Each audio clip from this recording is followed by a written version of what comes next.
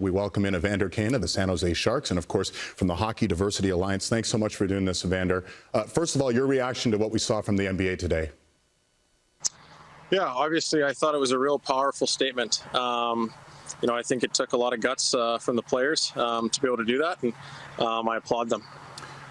Day one of the Stanley Cup playoffs, we saw Matt Dumba make such a nice, beautiful, courageous, impassioned plea to end racial inequality, to have social activism, and hockey be a part of that. Since then, I'd like to know, what's your reaction to what the NHL and its players have done? I'll be honest, I haven't really heard much in regards to the Jacob Blake attempted murder. It's unfortunate. It's unfortunate. We're obviously talking about another black man, unarmed, being shot in the back in front of his children.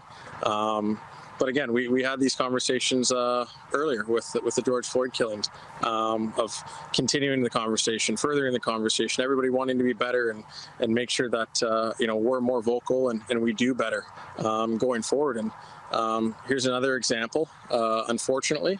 But it's also another example of the lack of, with regards to our league and our players and our media that cover our game. It's not just my responsibility as a minority player in the NHL to be talking about these issues. It's not just Wayne Simmons or Akeem Alou or Joel Ward or Matt Dumba's stance or issues in this society. It's everybody's, and until everybody decides to take it upon themselves and maybe step away from some of their privileges to educate themselves and really fight with us, we're going to be in the same situation we are today. You mentioned educate yourselves. In the past few months, we've heard several players, white players in the NHL, say they want to educate themselves on these issues that many of them haven't really had to personally face, and maybe it's hard to internalize that when they haven't had to be personally subjected to some of the things that we're discussing here. When they've reached out to you, what's been your message to some of the other players, some of your peers in the league? Yeah, I've definitely had some people reach out. Robin Leonard, he reached out to me very early on, and he was the guy that thought about kneeling from the get-go. And to see that stance, and for him as a white player to get other players to join him in that, it was great leadership, and it was great to hear that. And that's action. But at the same time, it's great to write statements. It's great to send tweets. It's great to post stories and pictures on Instagram.